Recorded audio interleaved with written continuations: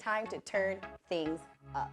This pre-workout combination of Expedite and Aerobatine is the Fat Attack Stack from Snack. I usually take both about 15 to 20 minutes prior to my workout. It's the perfect time to get after it. Hey everyone, Jay Martinez with Fight Hope TV. I'm here with Vergil Ortiz Jr. Vergil, you look superb right now in training camp. Thank you. A couple of weeks away from one of the biggest fight again of your career. Can't you agree? Yeah, I think so. This is most definitely the toughest challenge of my career so far. On paper, it's one of the toughest, fight of your career. How have you been preparing this time around? Obviously, different from Maurice Hooker. How have you been preparing this time around in training camp? So we've been, everything's pretty much the same. We train. We're the first ones in. We're one of the last ones out.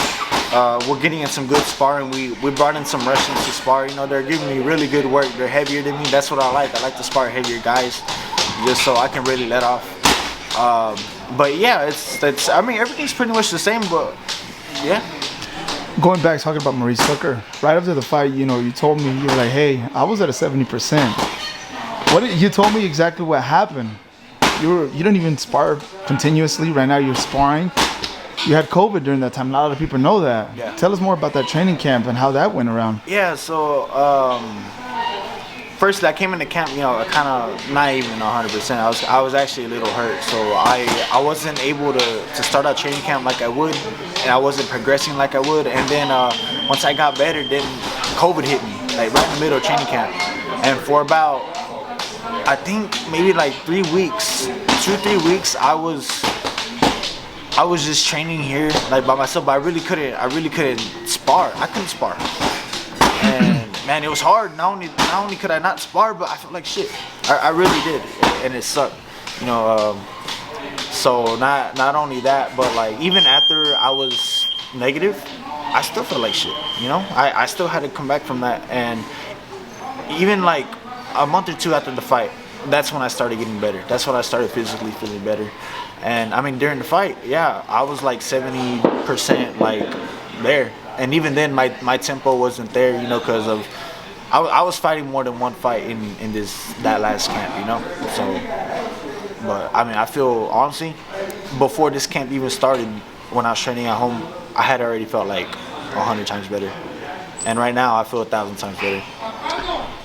Fans, boxing fans are very critical, and they're like, Vergil got touched, or Vergil this, Vergil that. But then you're like, hey, I was 70%. Now that they know this background of the story, yeah, I think people are gonna appreciate you a little bit more. Can't you agree? Yeah, yeah, they can and they can't. It's really up to them, and I really don't care if they don't, because some people are gonna have their own opinions. The truth is, only the people in this camp are really gonna know what I went through, and that's fine. That's I can live with that.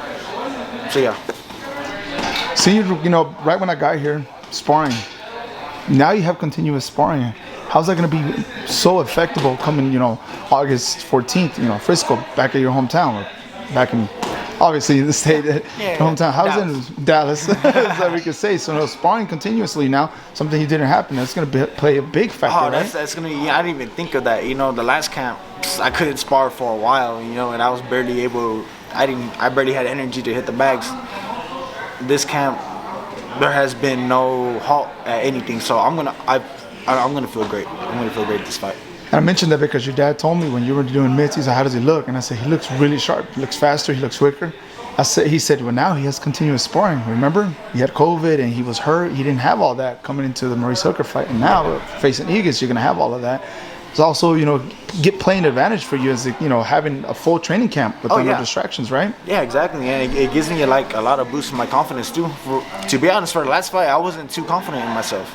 It wasn't until I stepped into the ring, like, all right, I just got to flip the switch. That's when I felt I was the man in the ring. But this fight, I feel it already. Let's talk about Egas, right? August 14th, back in Dallas. Again, a lot of people have seen you, watch you grow, progress, obviously seen you. You're going to fight a tough opponent. On paper, he's tough. Egas, he's 33 years old. You're 23. He's 10 years older than you. One thing that catches me most of the attention is that he hasn't fought over a year. There's pros and cons to that. Yeah. I think, it could be at a disadvantage, obviously, because he hasn't fought in a year. also the pros is that he's fresh. What do you think? Can you agree or disagree with me? I mean, I think it really depends on the person, you know. I mean, back in the amateurs, if I would take like a day or two off, my tempo would be thrown off. Sometimes now, let's say I had an injury, I couldn't train for maybe about a month. I'll come back and I feel freaking great. It just depends on the person. It depends. There's a whole lot of factors that go into it, but a whole month of not fighting, you know, I'm sure he was in the gym, you know, sparring and all that stuff. It's different. It's still different.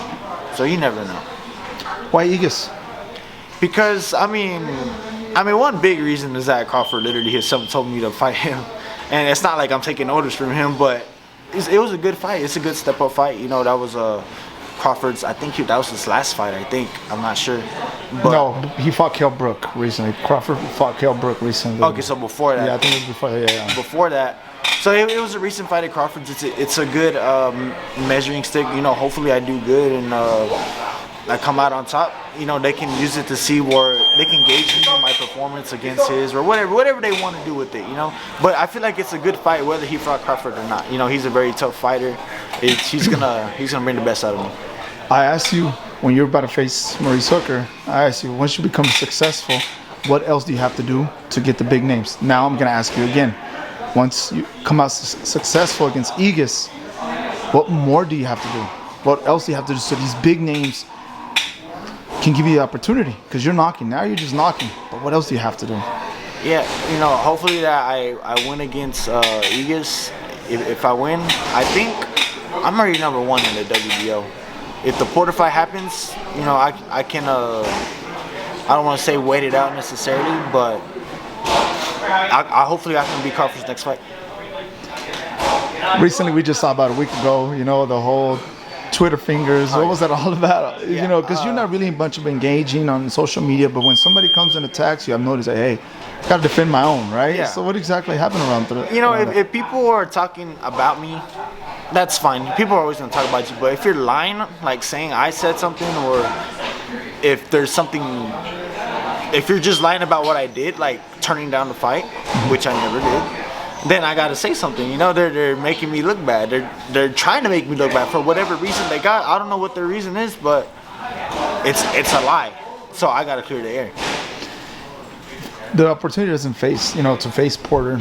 Obviously, Crawford would be next. What about Danny Garcia? Maybe I know I heard he wants to go to 154. Would that still a fight that'll catch your attention? You'll want? Oh yeah, definitely. You know, maybe like in 2-3 years.